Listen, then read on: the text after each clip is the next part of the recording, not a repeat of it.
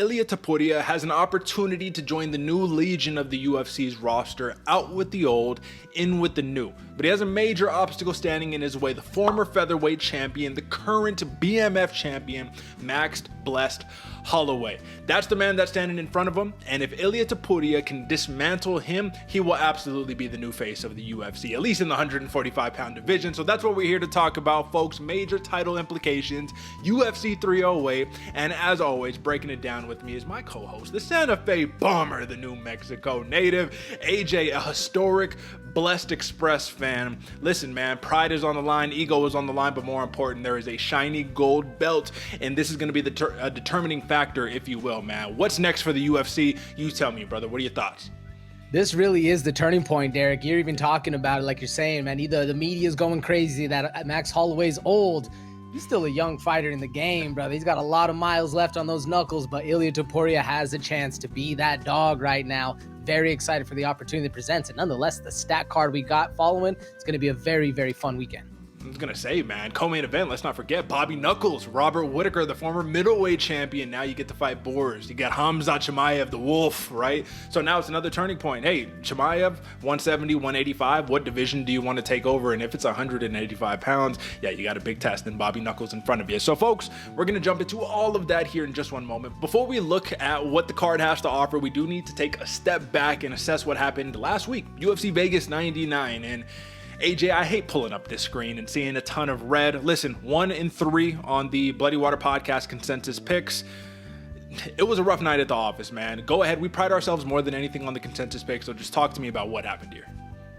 A rough night all around, Derek, like you're saying, man. I felt like the energy was off, the aura was off, things were just not really flowing how we thought we were going to do. And even in the tape breakdown, you go back and look, and things are different from what we were seeing. A good thing for the Charles Energy Johnson to pull through on that decision, man. But it was an interesting week all around. I do got to give credit to Hernandez, man, for that's a hell of a fight to get it all the way to where he did. Still rough to see all this red, though. 100%. So yeah, huge performance by Anthony Hernandez right there. Big performance by the Energy Charles Johnson for us right here, man. But let's not forget, there was one that we had just a major brick on. So let's not forget also, right? Kyler Phillips, Jake Hadley, both respectively were minus 400 plus, like massive favorites. Cam Smotherman came in on a week's notice, flew from Saudi Arabia back to Vegas, and he put it on him, and he cashed as a plus 400 dog. So that was a major brick. I have to acknowledge it because we were saying, we were on him. We were like, yo, I just don't know if this short notice will do, but he made it happen. And retroactively, or I guess you could say consequently, Jake Hadley actually didn't get his contract renewed from the UFC. So that was how big of a miss it was. But AJ, there's two pieces of goodness that we have right here. Darren the Damage Elkins knows how to extend a fight, brother, and he did it against Daniel Pineda over 1.5 rounds at minus 165 cash. Pineda also retired, man. So happy retirement to the OG right there. That's a solid fighter. And then finally, Hernandez Paeta over 1.5 rounds with Charles Johnson, moneyline, the Energy, plus 120, baby. We cash it. So we end on high notes. We had some red, but we're not here to talk about that now. We're moving on to the future. And AJ, I'm excited for this UFC 308 card because there's a lot of value to be had here. And let's just jump into it, man. Consensus picks. We got 4 of them. Max Holloway, which I'm actually surprised to see as a consensus pick right here, but we'll talk about it in a moment. Hamza Chimaev, Leron Murphy, and of course, Magomed Ankalaev, the dark horse of the light heavyweight division. Shout out to a historic Bloody Water Podcast fan favorite right there. Of course, AJ, as always, give us the theme for this week's consensus picks. The theme this week, Derek, is staples, right? Staples in the division, staples in how they're fighting. If these guys can stick to that game plan and be that staple in the mat, they're going to win these fights. Let's see how it plays out, brother. But before we jump into the prop locks, let's go ahead and talk about some parlays, man. Bruno Silva, Jeff Neal, moneyline, combine them together, and you got yourself some plus money right here. Plus 246. That's a nice payday if it hits. Talk to me about that one. This one's interesting, Derek. You got Silva as the plus 150 dog fighting against Nurdayev, who's a previous UFC fighter, right? Left after the Sean Brady fight, has 8 fights outside the octagon, doesn't do star-studdedly, right? And I'm not knocking Nurdayev. He's a good fighter, but I just think Bruno Silva has the effects to get this done. A lot of people are discounting him after that 3-fight loss streak. You partnered that with Jeff Neal, man, the hands of steel. Going up against. It's hard to bet against my boy RDA, but at this age, almost 40 years old, you got to bet with Jeff Neal on this one. He's a minus 280 dog. Like Derek said, you add those together, plus 246 comeback on this one. Look for it, folks.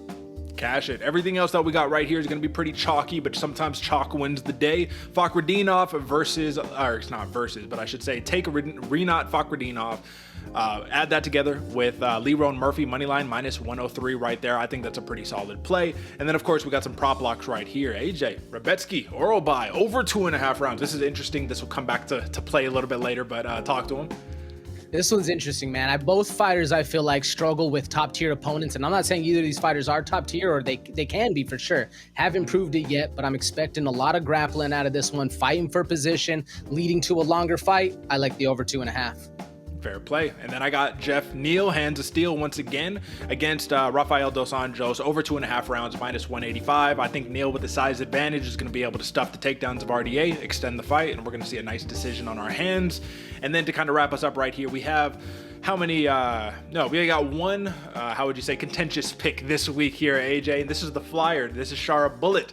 You rocking with Magomedov, Shara Bullet. I'm rocking with Armen Petrosyan, and what should be a fantastic striking matchup that we're going to break down in a bit. So, folks, there are your plays. You want bonus plays, you want more action, stick with us as always, and we're going to break it down. But it's time to jump into the main cards. We're not mincing any words. Let's get it. Here's to another main card breakdown, courtesy of your hosts, Derick G and AJ. All right, folks, again, if you are new to the program, let me give you a quick breakdown of what it is that we're going to accomplish here on today's show. We're going to break down the entire main card from the title fight, 145 pounds, all the way to the opening bout, of course. After that, we got some bonus plays that you're only going to see here exclusively on our YouTube channel. And of course, if you're listening, Spotify, Apple Podcasts, wherever else you get your podcast, don't forget to rate us 5 stars. We got ourselves a fight right here. Featherweight championship, Ilia Topuria. Listen, the man standing in front of him is going to be the gap between, are we seeing a new version of the UFC roster, or does the old stay around? Does Max Holloway reclaim his stake as the champion? Listen, man, Topuria opened as a -190 favorite. Given all of the hype and the narrative around it, I wouldn't have been surprised to see this much larger. I'm curious to know, do you respect the opening line? We'll talk about the live line in a second, but do you respect this opening line? You do got to give a lot of credit to the young gun in Ilia Topuria, man. He really has put on, especially with the amount of damage he's able to provide in his fights. I can see why a lot of people are looking at this guy. He's shown us that when he lands, he's going to chase you around. But when he lands, it's just a little bit different, man. He's putting a lot of these dudes out, bloodying up some faces. But Max Holloway has done the same thing. I think it's going to come down to that chase, though. So let's just get straight into it and let's talk about it. Methods of victory. A lot of people are saying if it's going to be early, Topuria has been talking about, I'm going to get this dude out in 1 round. Referees, judges, y'all can take a break because you're not going to need it for this go around. But if it's early, leaning Topuria. If it goes late in this 25-minute affair, we're leaning Max Holloway. Is that the edge, or is it a little more complicated than that? No, that's pretty much basically how I expect to go down. I really don't expect to see a knockout early, but if it does come, it'll be from that Topuria side. So what do we see from Topuria time and time again, right? One of the best boxers in the UFC. That's what they're calling it, but this isn't a boxing match. This is mixed martial arts, right? So I anticipate tries to take the center of the cage and force Max Holloway behind that black line, that black octagon line, because the closer he can corral you up against the cage, the bigger he can land those big shots. He loads up and up to him a little bit, right? But land the big shot just like he did for Alexander Volkanovski. My quick question in regards to that fight in particular, the Volkanovski fight, was, didn't it feel like Volkanovski was doing fine tactically until he got caught, right? It's just a matter of like, all right, can you be elusive for 25 minutes? Given that Max Holloway is an incredibly durable fighter, do you think he can fit that same mold, or does he need to take a completely different game plan? Because we saw what the outcome was. No, I think Matt can stick to a similar game plan right there, right? Play the game, have him chase you a little bit. One of the biggest things I like about Ilia Topuria, he has amazing counters, right? Hits hard with that right hand, and he makes you pay when you overextend. I don't see Max Holloway overextending, though, and I do see him being comfortable in that position of circle around, get to the center, circle around, get to the center. It's what Max Holloway does best.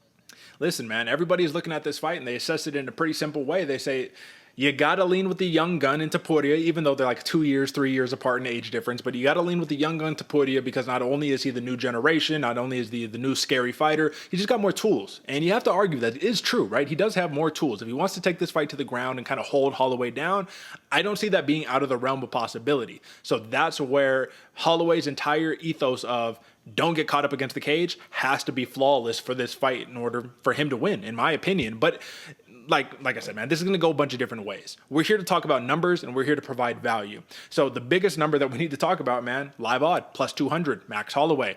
We're talking from a value perspective here. Do you like the price of Ilia Topuria at minus 245, or do we play the Max Holloway side just for a objective better here from a value perspective?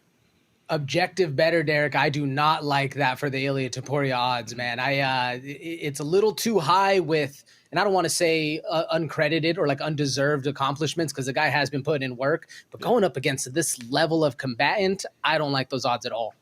He's got a lot of finishes in the UFC, man. 5 finishes, 2 decisions, 4 knockouts, 1 submission, right? So when people talk about the grappling, when they talk about all of that stuff, man, we'll see what it comes down to, because Holloway is a very pronounced finisher, 13 finishes, 9 decisions, 11 knockouts, 2 submissions right here. So it's interesting to see what the numbers look like, but that's the tactical battle. If we're looking at a prop right here, if you're not happy with the live odd on Ilia Topuria, and maybe you don't want to hedge for Max Holloway, we do have a couple other numbers that we need to talk about. One I'll talk about a little bit later, but let's talk about overs right here, man. When I'm looking at the actual over for this contest, of course, let me bring up the big screen as we always do.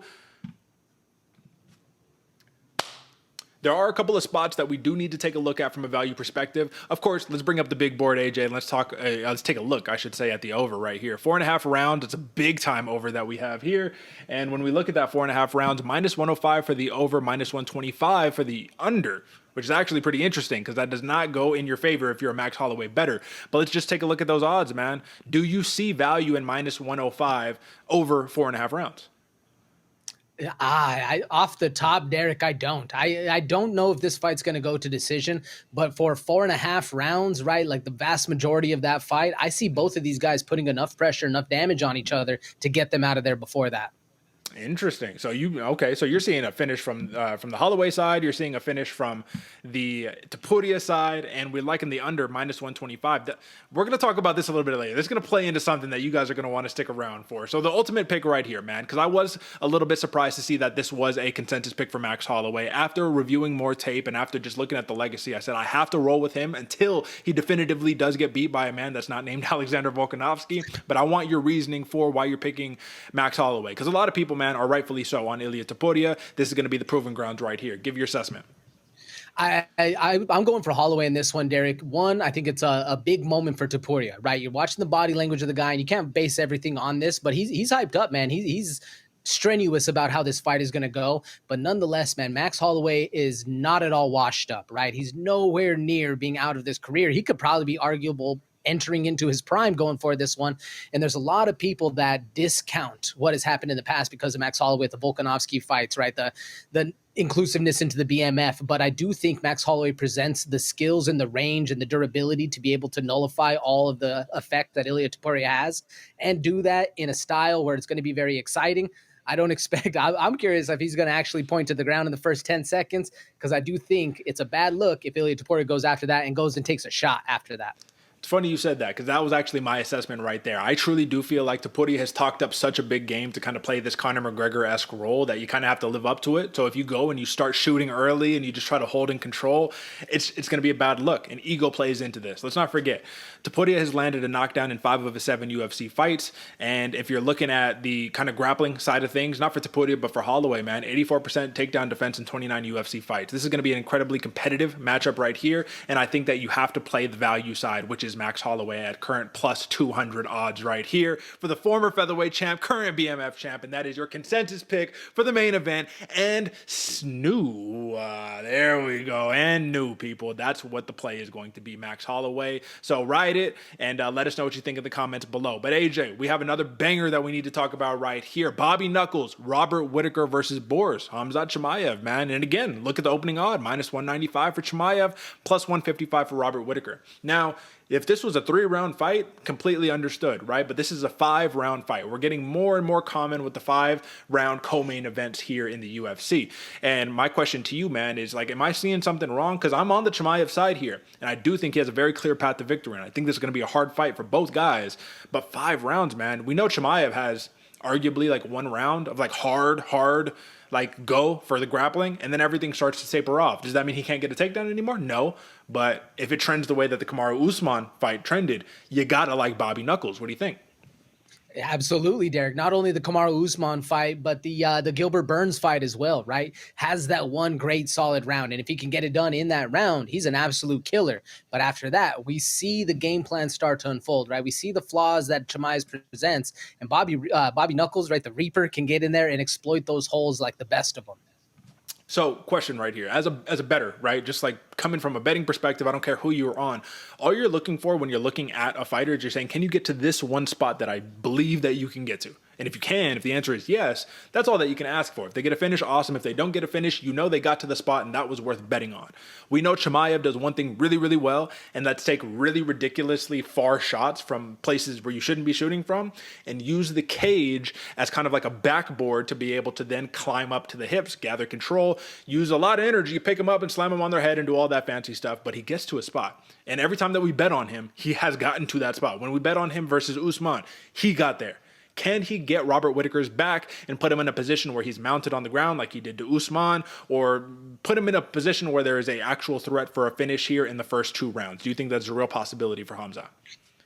I think it's a real possibility, Derek. So much so, the one note I have is, especially for Bobby Whittaker or Bobby Knuckles, is a Masvidal style flying knee. That first go, is it worth the shot? Because more than likely, he's going to get you down in that first round, right? We've seen it time and time again. So do you just jump into it right away? Do you just kind of surprise him? I do think Chimaev is going to be able to get him down multiple times in this fight, but the question is, can he hold him down? Can he get the finish? There's a lot that's hard to finish Bobby Knuckles. In a 3-round fight, I was thinking to myself, I was like, all right, man, I could see Chimaev easily taking the first, and now it's do or die. You have to win the next 2 rounds if you want to win against this guy. But in 5 rounds, I don't know if I like the way that it trends if it goes long.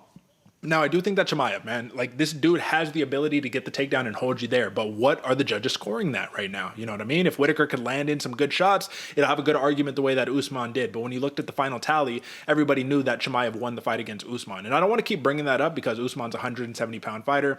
Whittaker, this is middleweight. It's a different ball game. Even though Chimaev is still the bigger fighter, it's a little bit of a different ball game. But Chimaev also doesn't have to suck, or it was at middleweight at the end of the day, right? So I guess that doesn't even matter. But AJ, is my concern valid? Because Bobby Knuckles, while he got the huge win over Ikram Aliskerov, right? Like that's not Hamza Chimaev. And in a striking matchup, I like Bobby Knuckles much more than a dude who's going to just relentlessly try to take you down for 25 minutes. So is this a correct concern to have, or do we need to wake up to say, hey, there are some of these guys that are the new generation of fighter that, listen, man, these are the guys that are going to be taking over. Whittaker is going to have to find his new spot in the middleweight division, and it might not be that top 3, top 4, top 5 fighter. What do you think? No, I think you have a right to be concerned, Derek, especially when presented with a stand-up opposition, right? Like you started saying, Kamaru Usman, Gilbert Burns, Bobby Knuckles, these fighters that have done it for so long and seen all these style of fights, he's faltered a little bit with them. And until Hamza Chimaev presents or shows his ability to get past that obstacle of not being able to take somebody down or getting past the first round and what happens then, that's when I'll be able to be ready to declare him as that new legion of fighter. Until then, we're still kind of wondering where he's going to be going. Yeah, but he hasn't lost. So that's the hard part, right? Is it just like, I mean, the dude isn't losing. When you win, you just kind of got to roll with it right here. So, all right, let's take a look at the value side. The value side is Robert Whittaker, who is currently, just like Max Holloway, a plus 200 underdog. Current live odds, minus 245 for Hamza Chimaev. So this is the same exact odds that we have for the title fight we just talked about, Topuria versus Holloway. And again, we're going to ask the same exact question from a price standpoint. There's not a lot of fighters who can be minus 245 comfortably over Robert Whittaker, right? Do you like the price for Chimaev? This one I do, Derek, and only because we've seen Robert Whittaker struggle, especially like in the DDP fight, right? We've seen him struggle with grappling and being held down. So if Hamza is able to do that, that's his best aspect to win. It seems, at least on paper, this makes a lot of sense. So I like the odds. I think it's interesting that you brought up the DDP fight because I thought the same thing. I was like, man, you kind of gave up the takedown a little easy, and then you didn't really DDP is a fantastic grappler, but I didn't see the effort that was needed to have the urgency to get back up to the feet immediately. And if you do that against Chimaev, it's a wrap. But Whittaker says he's ready for the takedowns. So if we like the odds right here for Hamza Chimaev outside of just a pure money line price, which I'm not sure if I'm comfortable taking minus 245 pure, just like money line for Chimaev, but I am interested in some of these props. What do you think about the plus 190 TKO or the plus 250 submission? I was leaning towards that plus 250 submission, man. It's going to be very hard to put away the Reaper with a knockout, but if you're able to get him down, get the backpack on him, you can solidify a submission. It's still going to be a very hard fight. I don't agree, man, because I think that if he puts him in the same spot that he did for Usman, I think he could have got a TKO against Usman. I just feel like he was just conserving energy. I'm not sure what was going on, but you have a man flattened out, belly down. I mean, if he can replicate that, I think he can definitely get the TKO. But we all know that Chimaev is going to try to finish the fight because as this fight extends, it's just going to go in favor of Robert Whittaker. So I have to take the Hail Mary right here. Plus 600 decision prop for Robert Whittaker. If you're going to hedge this, that has to be the hedge, right? That has to be the hedge. What's the over-under? Have we talked about that yet, Derek? We have not, but I could bring it up right now. So the over right now, 2.5 rounds, plus 105 for the over, minus 135 for the under. What are you taking? If you're hedging for Robert Whittaker, right? You like that plus 600 odd. I like the plus 105 for the over a little bit better, right? 2.5 rounds out of a 5-round fight, so halfway through. But man, if you're a Bobby Knuckles better and you want to take a flyer on, like Derek's saying, that's a hell of a comeback for you. I'm curious to know, what does it mean to you that the decision prop is the same? Because that's the one thing we haven't talked about. I was looking at that earlier, Derek, and I'm at a loss for words. I don't understand how those two are the same. We've seen Robert Whittaker in 5-round fights many a time before. Hamza Chimaev, we've seen him struggle in those. So the math isn't mathing on that one. Imagine Yoel Romero, right? But imagine Yoel Romero at like 28 years old or something like that. You know, I don't know how old Chimaev is, but he's 30, right? So even a 30-year-old, because Yoel was already old by the time he was fighting Whittaker. Like, imagine that version. I don't know, man. The consensus pick, it is Hamza Chimaev for the overwhelming grappling. I'll just say this. This is the final thing that I want to mention here. 82% takedown defense in 23 fights for Whittaker. Will it be enough? That's the question, because Chimaev has landed a takedown in every fight that he has had in the UFC, except the GM3 fight where he knocked him out in 17 seconds. So, consensus pick, Hamza Chimaev. And with that being said, AJ, we got plenty more fun on the docket right here. The inevitable, man. The dark horse, Magomedov Ankalaev. Finally, he gets some action, and it's against Alexander Rakic. And AJ, I'm going to say something right now that I think you're going to be incredibly surprised for. I think right now, Alexander Rakic is a live dog in this fight, man. I think he is. I gotta say it. I've been proclaiming on this program for I don't know how long, it's been years at this point. Ankalaev will be the champion at some point. He somehow, because of his fight style, became the forgotten man. But here he is. He has to have a big win here. Dana White said, you can get a title shot, but you have to have a good win. You can't have a boring win. And that throws this all into flux for me, AJ, because I can't trust these guys who have to perform a certain way and deviate from the style that got them to the dance. Rakic is nasty leg kicks, big power, good takedowns, and good takedown defense. But Ankalaev is a space crusher, efficient, just a little less defense than you would like to see at times, but he knows how to get the fight to the ground. My only problem is he's talking with everybody, including Alex Paeta, like, I don't need to take y'all down. I'll knock you out. All right, AJ, give me a real true assessment here, man. What kind of fight does Ankalaev have to be successful and to honor the minus 250 open and the current minus 390 live odd? What does he have to do to honor that price? Because I don't like it. Man, he's going to have to put Rakic to work. Absolutely. Well, the one thing I like most about Ankalaev, he kind of lulls you in, right? He gets you thinking. He's just boring. Like you said, Derek, the defense isn't there because he's trying to get you to attack. He lulls you into that sleepiness. And once you do crash on him, he closes that space and then puts you down, right? And that's one of the best things he can do for this fight with Rakic. Nullify the leg kicks at distance, right? We saw in Ankalaev's last fight, the leg kicks do some damage. So if he can nullify those from Rakic, get in close, put him down, and get the finish, that's how I think he deserves that minus 300 odds, and as well as the chance to fight for the gold. Brother, not minus 300, minus 390. Money line on Ankalaev, man. Listen, I'm a big fan. I can't honor the price. I can't do it. I cannot do it because Rakic is a dangerous, dangerous fighter. And I actually implore you guys, if you're on Ankalaev, which that is the consensus pick, but if you're on Ankalaev, you have to hedge with Rakic. You have to hedge a little something. Look at the odds currently. What did I say? Plus 290 for Rakic right now. They're giving the man essentially no shot. And this dude lands big. It's just a matter of, this is what's sticking in the back of my head, man. In a normal fight, I'd be like, yeah, all day Ankalaev, all that. I still don't like the price, but like all day, right? But is he listening to what they're saying? He's like, I need to get that title fight. I have to do something fancy and fight out of my element, man. In a pure tit-for-tat striking matchup right here, who has the edge? Rakic all day long. Well, but like, why though, right? Because we know he throws big, right? But look at what happened against Yuri, man. Yuri just kind of beat him with pressure. That's really all it took. beat him with pressure and unorthodox angles, right? Ankalaev, he has that kind of sit there and stand and push you pressure forward one direction, right? Back and forth. That's it. That's all we're seeing.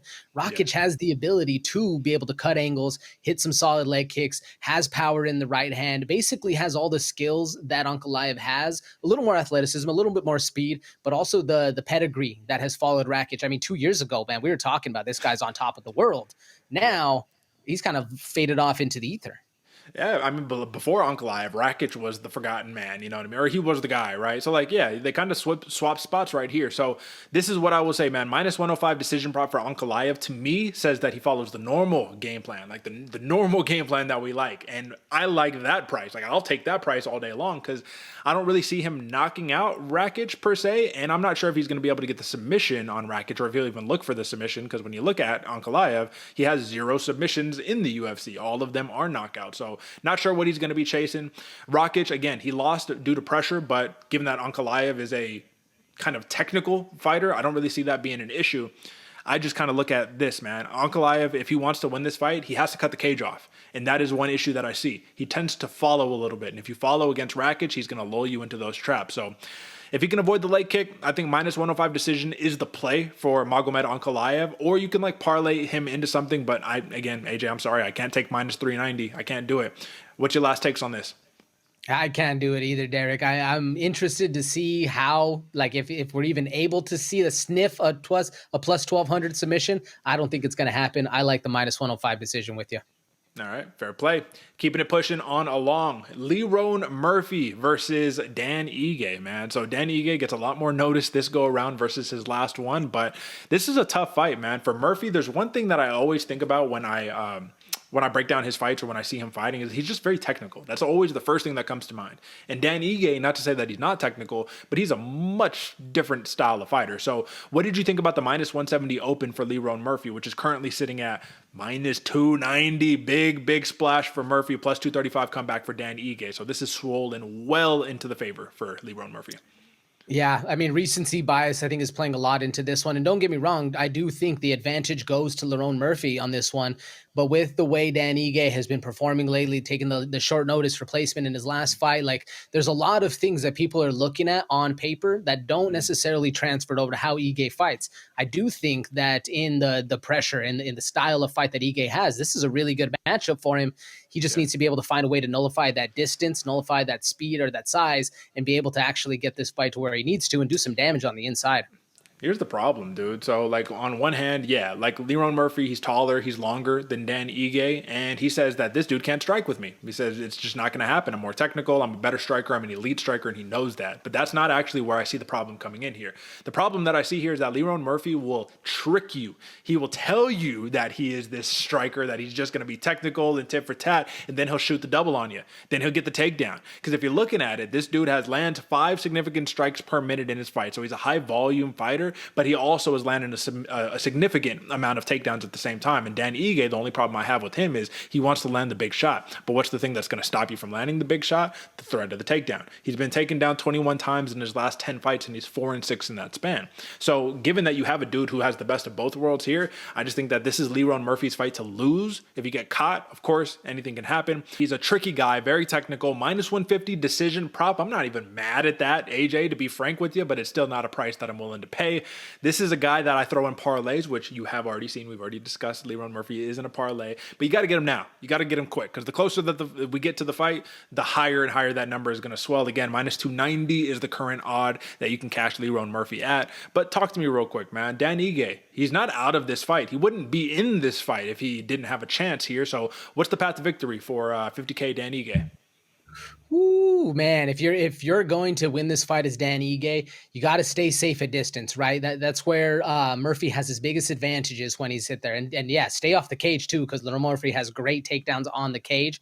But stay at that distance, pick apart the defense a little bit, get Lerone to be able to overextend, find the holes, and then strike with that power. And like I said, I like Dan Ige on the inside on this one. Make this one a dirty dog fight, as well as try to get to moments where Lerone Murphy has to respect your power, right? Tag him with a couple, let him get thinking, and I think the best path to victory for Dan Ige is that plus 350 decision. 2.5 rounds. Over 2.5 rounds, I should say, minus 300. Do we see the under, or do you think that's the play? I mean, Vegas is heavy on it right now. Vegas is heavy with it, Derek. I like the over on that one as well. All right, fair play. Leron Murphy, that's it. The technical guy right there. That's the big dub. All right, AJ, the one contentious pick that we have right here is Shara Magomedov versus Armen Petrosyan right here. Minus 250 open for Magomedov here. Plus 205 comeback for Petrosyan, and we're looking at the live odd. We're looking at minus 160 Magomedov, plus 135 Petrosyan.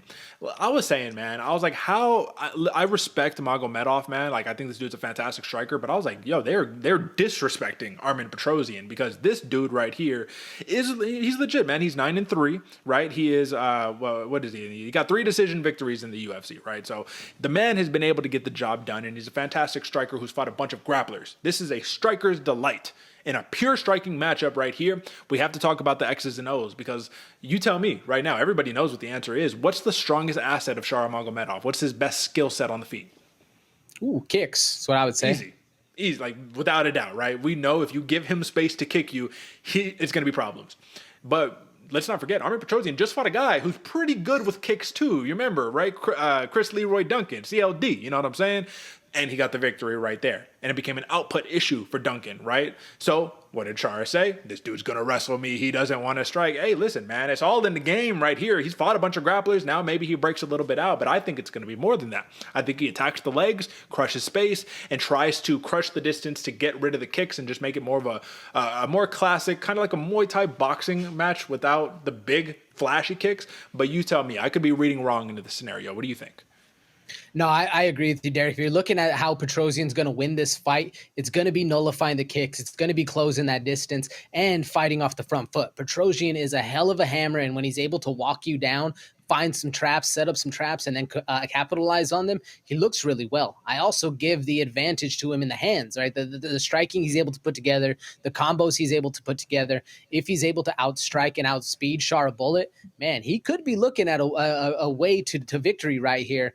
The thing is finding and not chasing Shara as he's going to his positions, right? Petrosyan does have a little bit of a tendency to, with that pressure he has, get off the mark and then get caught in something different. Listen, man, you're right. You're right in your assessments. And this dude, Magomedov, again, he is really good. Look at the win over Mikhail Alexichuk, Antonio Ciccoli, Bruno Silva. Let's not forget about that one, right? So like a really good run, like to kind of open us up. The last loss that Petrosyan had, Rodolfo Vieira, grappler, right? You beat CLD, you beat AJ Dobson, another grappler, and then Kyle Bahalio, you lose to the grappler right there, man. So it's going to be interesting. I just thought that Shara Bullet, man, as much as they're trying to hype him up, you got to fight a couple better guys before you can earn that level of respect. But maybe, again, I'm crazy, and maybe this is the new generation. This is the theme of this episode, right? It's just like the new legion of the roster who's saying, I'm here to stay, and you're going to have to defend your rank, which is what we've asked for years. It's like, yo, defend your rank. You got to put it on the line. So the big question here is, how do we get value? I think there's a lot more value on Shara Magomedov at minus 160 than there is at minus 250 right here. So the play is completely flipped, but I still like Armen Petrosyan plus 135. I'll take the plus money all day long because I think he should actually be a favorite, and it should be a small underdog comeback for Magomedov in this matchup. So what are you taking right here? Are you taking props? Do you like Shara just at his money line prop? What do you think? Or money line odd? What do you think? Man, it's still not a hefty price, but something I'm looking for more, Derek, is that plus 115 decision for Shara Bullet. I do think a finish could happen with this fight, but with how talented they are and how we've seen Shara's output in the fights, I can see this one going the distance. I'm interested to see what the over is because I don't have it up right now, but man, I like that 115 for Shara Bullet. Minus 245 over 2.5 rounds, plus 195 for the under. So yeah, Vegas thinks that this one's going to a decision. Yeah, I'm with Vegas on this one. I like it. All right, right on. Well, hey, this is the contentious pick. Feel free to tail whoever you want to tail, but don't forget, man, on that Elkins pick, on that contentious pick, come on, baby. We hit it last week, you know what I'm saying? May the best man win. This is your contentious pick. And folks, that is your main card breakdown. So you know what's next right here. We told you a little bit earlier, but if you are a fan of this program, then you are a fan of a couple of bonus plays because you've stuck around to this point. And as I had mentioned, we had some stuff that I talked about earlier that we need to sistering into today's conversation for the bonus plays. And let me give you the ground rules here. I'm going to list off a couple of the bonus plays that we have here. Not all guaranteed to hit. These are just some interesting plays that AJ is going to be our arbitrator of justice and truth and morality and let us know how we're going to win the money. So let's not mince any more words. AJ, I don't even know what to call it. I'm going to call this the OG's parlay. Holloway, Whittaker, money line, plus 800. Do it for the OGs. Do it for the old school UFC. Are you taking it? What do you think? I like the enthusiasm, Derek. I'm obviously betting with Holloway. If there's ever going to be a fighter that gets it done against Hamzat, I could see Whittaker being the one. I'm just not really feeling this one, to be honest with you, brother. Sheesh, I heard it, but it feels good though, right? Like it feels like the nostalgia, like it feels good. All right, no worries. We'll come back. All right, again, I talked about it. Alexander Rakic as a live dog money line play plus 280, bro. Again, minus 390 is not a price that you could pay on Ankalaev and feel good about at least. What do you think? The thing that interests me with this one, Derek, is that thought in the back of Ankalaev's head. If I want everything I've wanted in my life, if I'm fighting here for a reason, if I want gold, I need to do something different than I have been. That opens a door for the live dog in Rakic. I mean, folks, I'm interested in this one. I'll say I'm interested in this one, but if you think that's going to be a huge thing for this fight going forward, I like this one a lot. All right, and then we're going to play on the next one right here, which is kind of going against a play that you had put out a little bit earlier, but I thought it was intriguing anyways, and I'm going to lay it out. Sometimes I like to give context. I'm going to give context here. So you got Rebetsky and Oralbai, and the bet is either fighter to win via TKO at plus 155. And here's my thought process.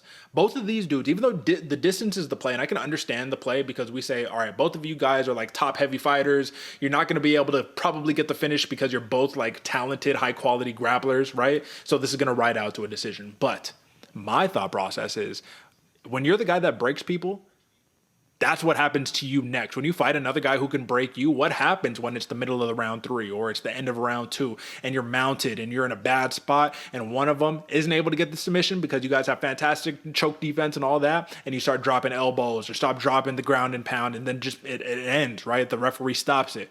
That's where I'm like, all right, this could totally happen, because if you look at both of these fighters respectively, man, you're not going to see a ton of decisions across the board for either guy. So I know it's against your play, but hear me out. What do you think?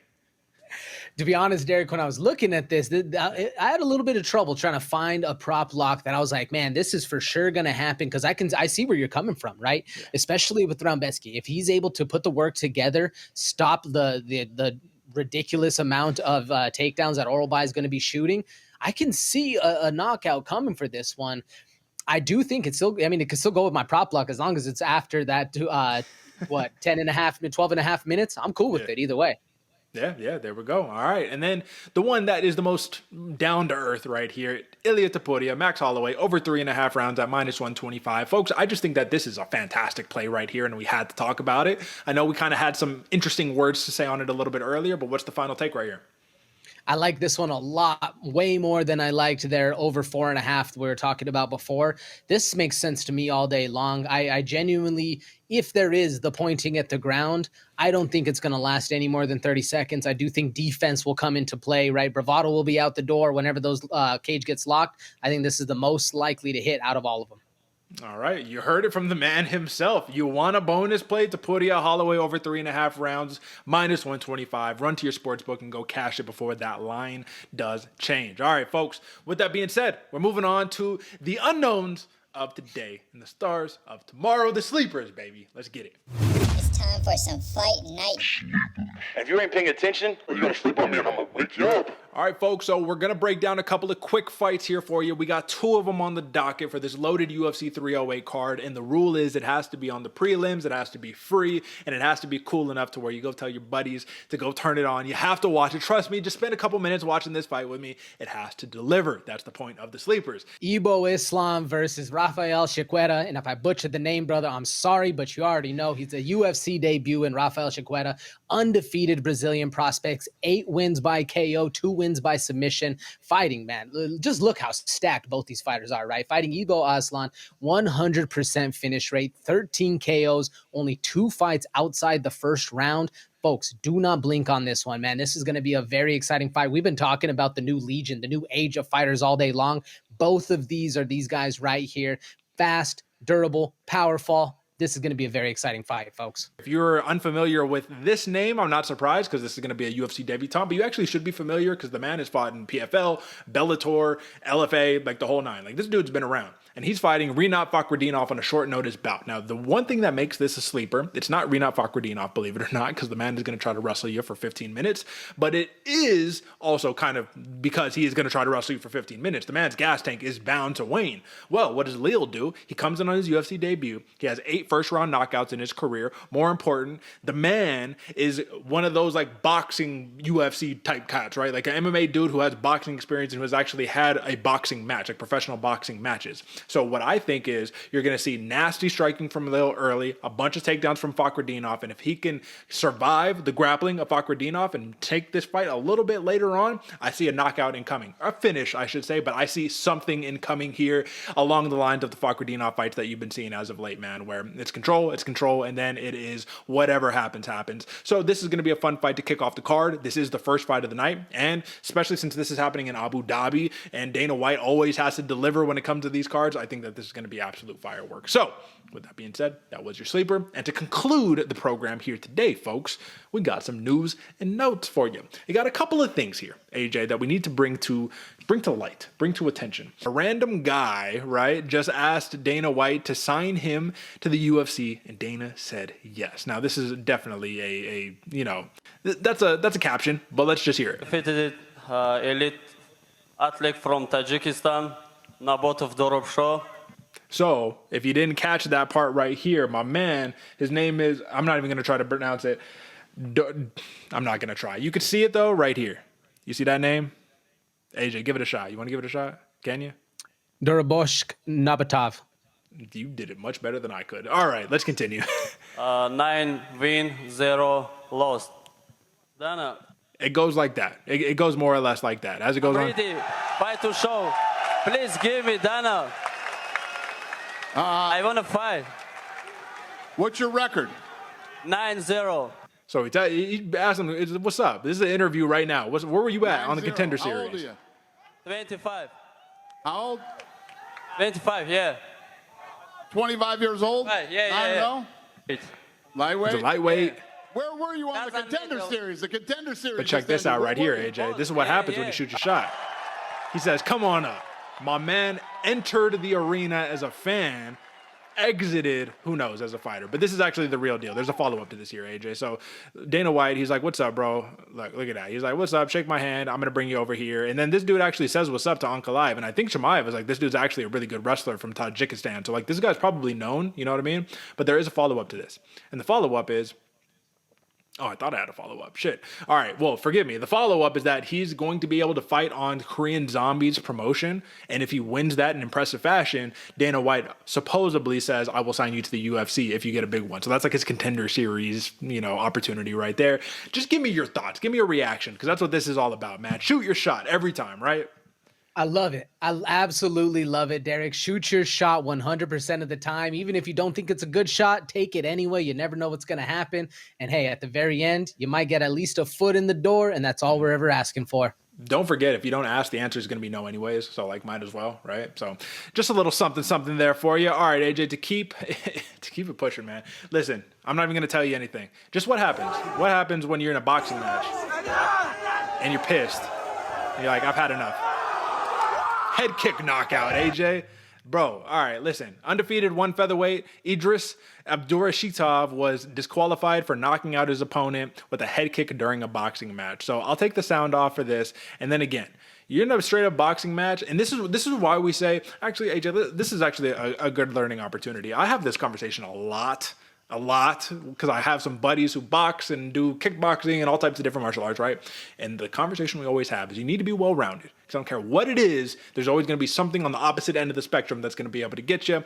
You might be the best boxer in the world, but that's why they call it boxing and not fighting, because you have a very limited but effective skill set. And if you decide to go outside of the parameters of that rule set that you have, this is what happens. Now, do you expect to get head kicked in a boxing match? Never. So obviously it's going to be open all day. But the point is, there are real people who will legitimately be right in this boxing match, get fed up, and decide that they've had enough and that they're just going to roundhouse, boom, That's it. Slept him. That was nasty, bro. Look at that. They had the instant replay and the whole nine. Look, still trying to wake him up.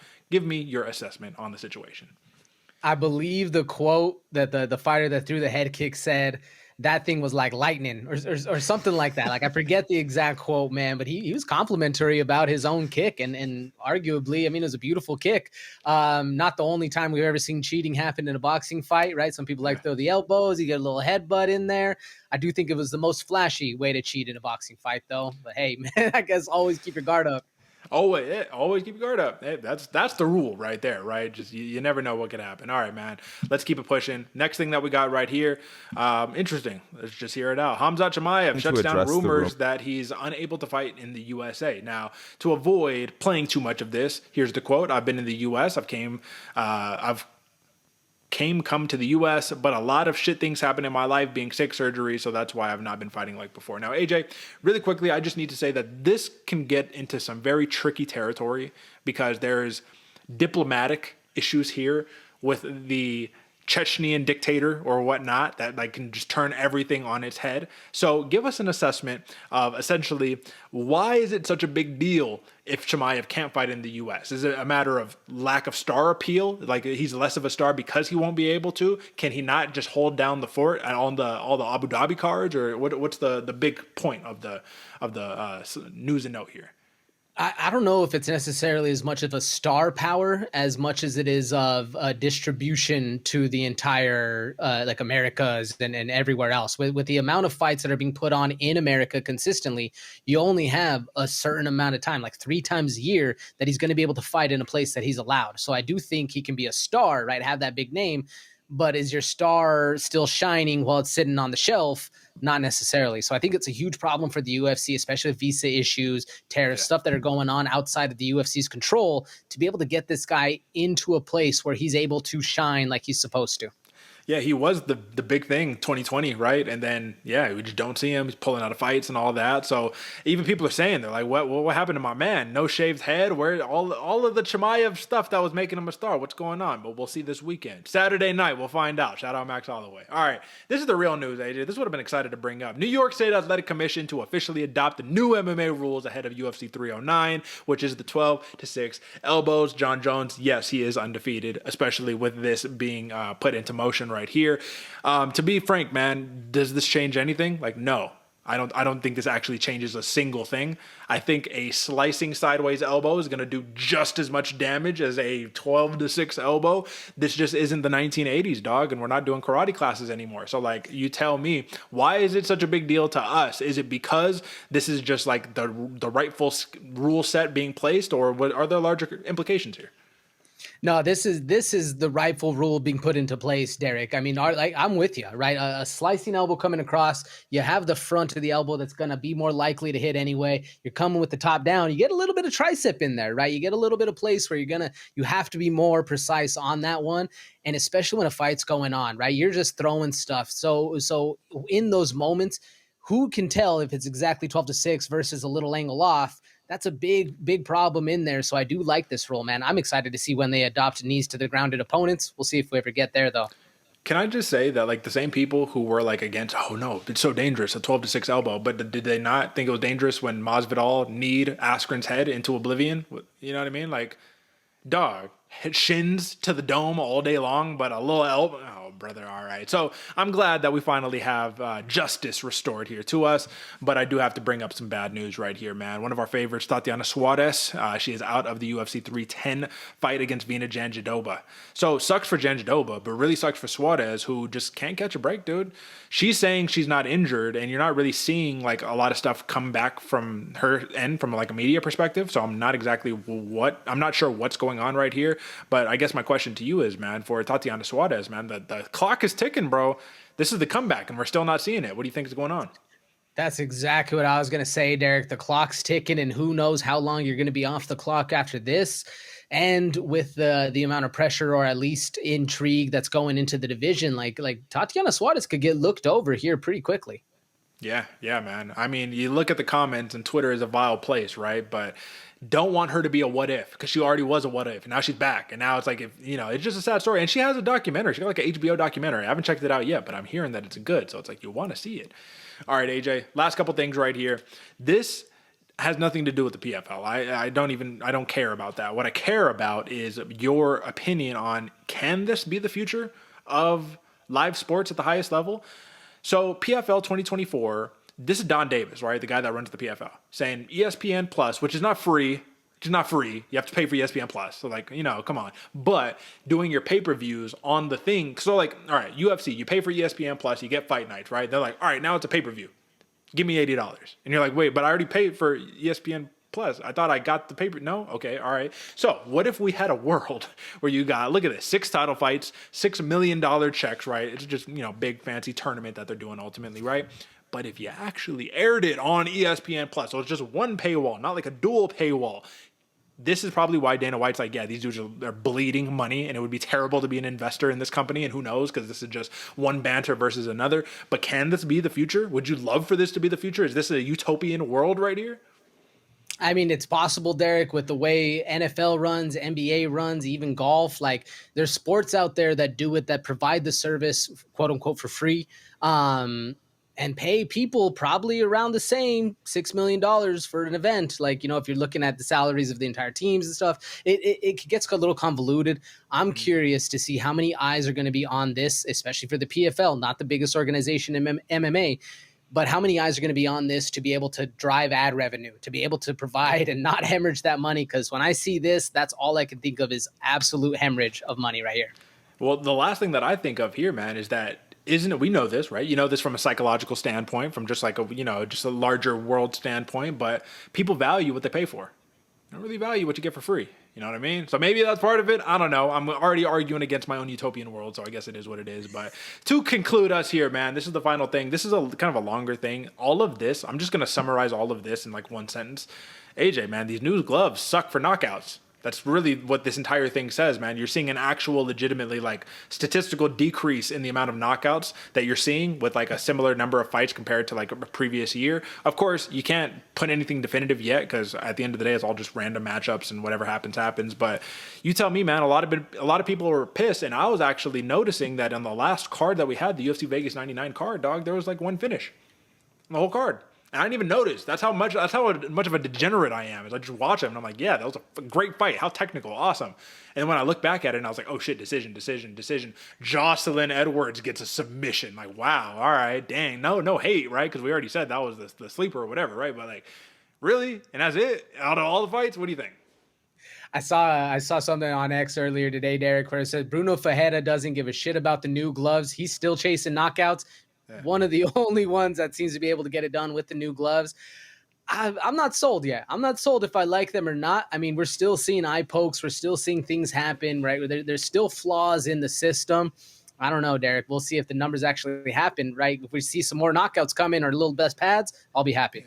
All right, fair play. Folks, that's all that we got for you this go around. UFC 308. This is about the new legion of the UFC roster taking over, or is it? Can the old guard reserve their spots in the rankings and hold down the fort? We will see, but that is what this episode has been about. So if you're still sticking around, we appreciate you. We're right there, folks. 3,000 subscribers is like 10 subscribers away, so that means 10 of you fantastic people who are going to earn a ton of money after you listen to our picks. Subscribe. Thank us now with the subscription, and then also feel free to thank us later. AJ, you always take us out of here. Go ahead, do the thing, brother.